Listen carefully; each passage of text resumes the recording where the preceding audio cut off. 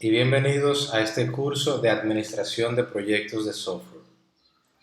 En este primer video vamos a ver algunos conceptos y vamos a ver algunas técnicas y herramientas que se utilizan en la administración de proyectos del área de software.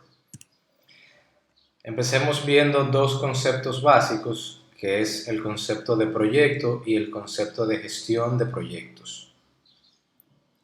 Un proyecto no es más que un conjunto de actividades coordinadas y que están relacionadas entre sí buscando un objetivo específico. Todo enmarcado dentro de un tiempo determinado, con un presupuesto, con un alcance y una calidad ya preestablecido. La gestión de proyectos se define como el uso de técnicas y herramientas derivadas de buenas prácticas y estándares internacionales para lograr el objetivo propuesto o para lograr que el proyecto se cumpla.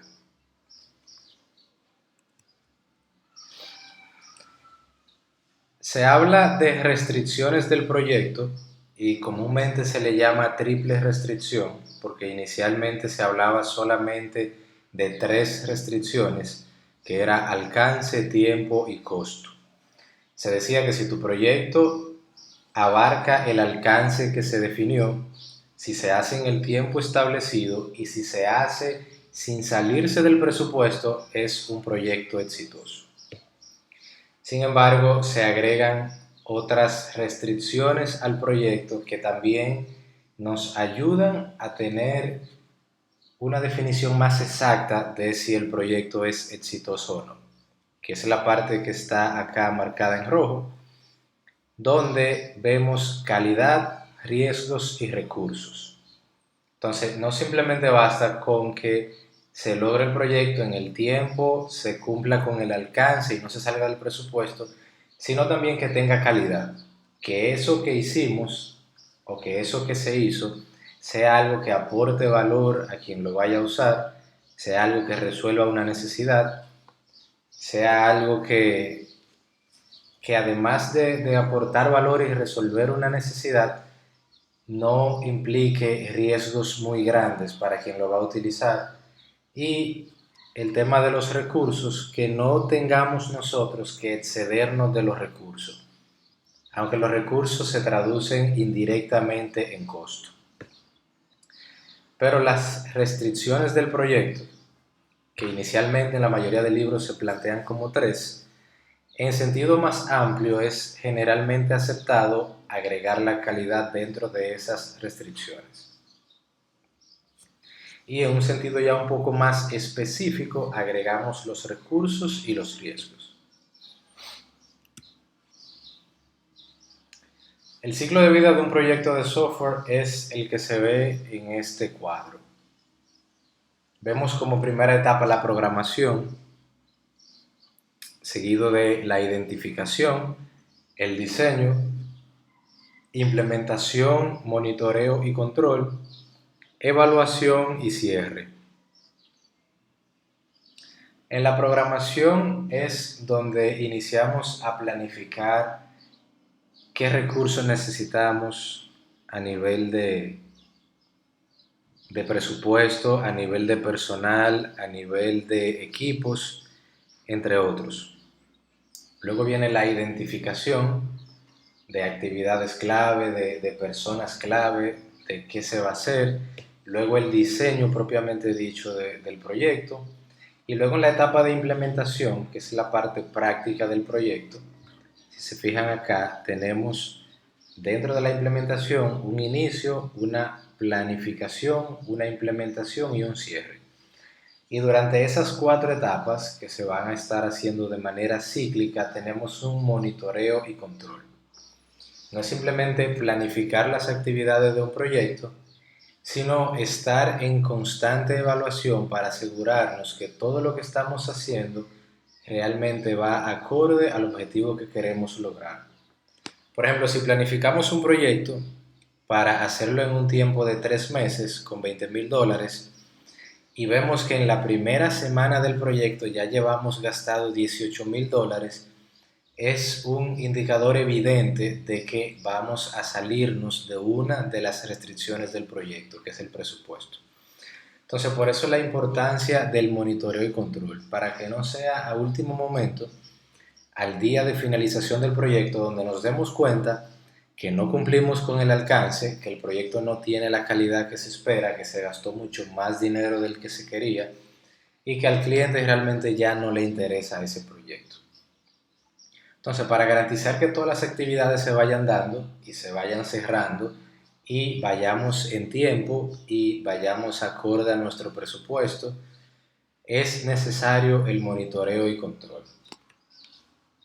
Luego, al finalizar, tenemos la evaluación, donde hacemos una retrospectiva de todo lo que fue el desarrollo del proyecto hasta su finalización, para identificar cosas que podemos mejorar y que podemos tener en cuenta para futuros proyectos, también para identificar aquellas cosas que hicimos muy bien y que aportaron mucho valor a este proyecto. Y por último tenemos la etapa de cierre del proyecto. En la etapa de cierre del proyecto, básicamente es ya entregar el proyecto a los involucrados, los stakeholders, o al cliente o al departamento que pidió el proyecto, quien quiera que sea el dueño de ese producto o proyecto, le hacemos ya la entrega formal. Entonces, básicamente ese es el ciclo de vida de un proyecto. Si se fijan, es muy similar al ciclo de vida de un desarrollo de software, porque esto está muy enfocado en el ciclo de vida de un proyecto del área de software. Estas son algunas herramientas que podemos utilizar y que son comúnmente utilizadas en la gestión de proyectos de software. Está la matriz de adquisiciones, está la matriz de riesgos, la matriz de comunicaciones y la matriz de responsabilidades.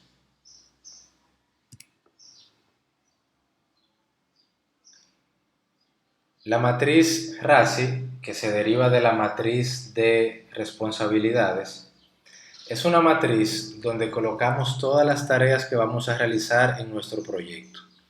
Asimismo, colocamos todos los roles que participan de ese proyecto. Y a cada rol asignamos una función X dentro de cada tarea.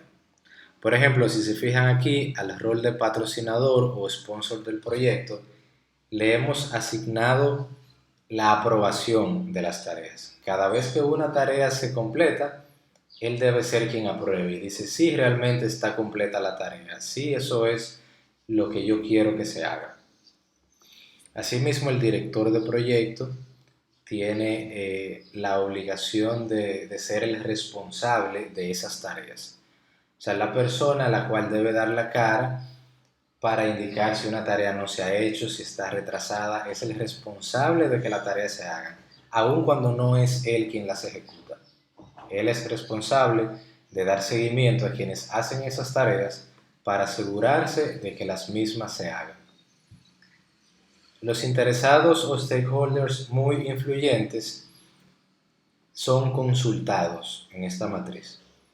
Significa que cuando se está haciendo una tarea X y no se está seguro, se le pregunta a ellos para confirmar y validar información antes de proseguir. Y los interesados poco influyentes son informados. Quiere decir que cuando la tarea está lista, cuando algo se completó, a ellos se les deja saber. Pero no con el fin de que ellos aprueben o no, ni tampoco son los responsables de la tarea. Simplemente para que como un rol que participa en el proyecto esté al tanto de todo lo que va ocurriendo en el proyecto.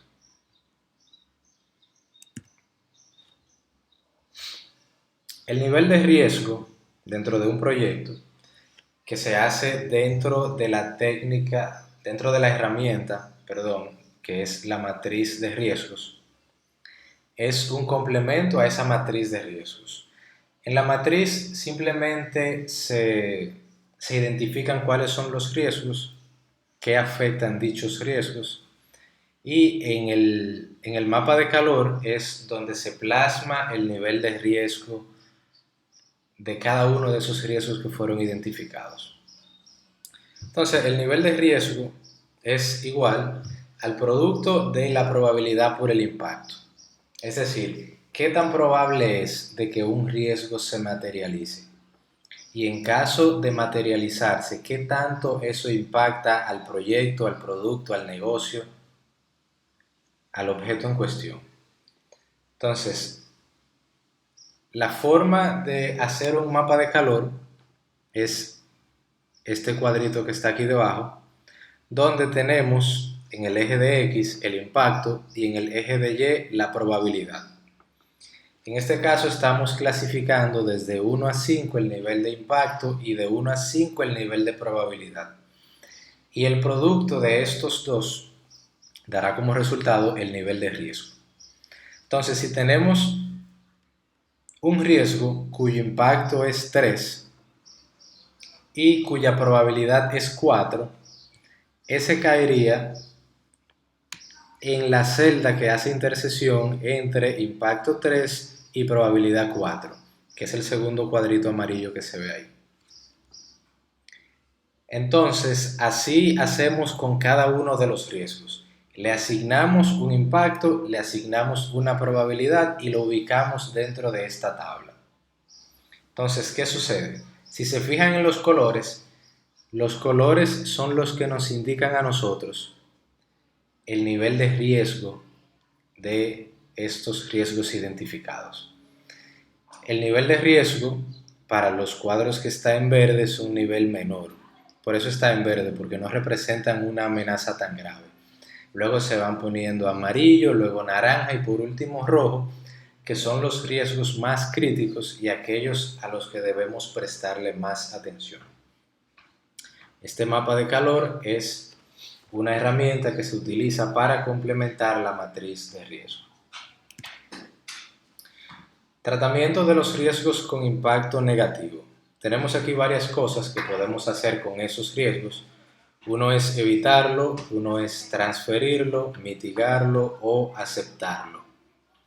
Para evitarlo es algo que no se aconseja hacer porque para tú evitar un riesgo significa que tú debes dejar de hacer la actividad.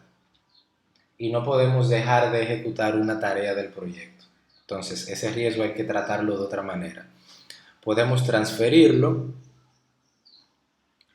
podemos mitigarlo o podemos aceptarlo. Si transferimos el riesgo, lo que hacemos es trasladar esa probabilidad o impacto a un tercero. Digamos, por ejemplo, que yo tengo un carro y yo tengo el riesgo de que me roben el carro y yo perder el dinero que yo pagué por el carro. Una forma de yo transferir ese riesgo a un tercero es sacando un seguro para ese carro para que si se da o si se materializa el riesgo de que me roben ese carro, el seguro sea quien responda por él. Entonces ya yo no tengo asociado directamente a mí ese riesgo, sino que yo incurrí en un costo que es la compra de un seguro para transferir ese riesgo a una compañía aseguradora.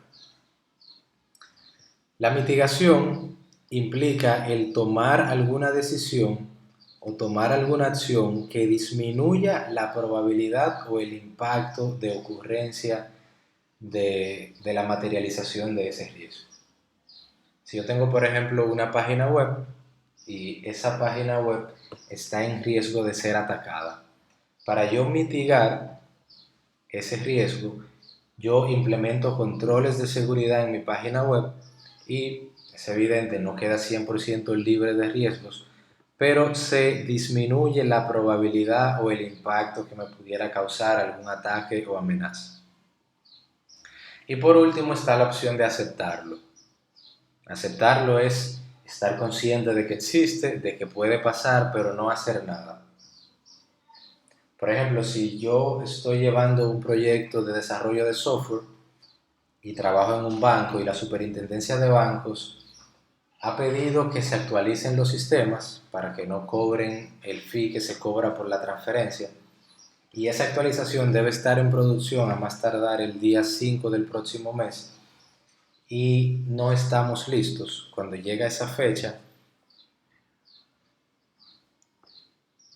revisamos qué tanto se ha avanzado, revisamos los inconvenientes que hay.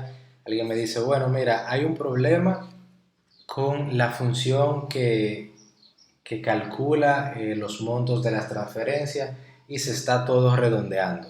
Si subimos esa producción, el banco puede perder $5,000 todos los meses.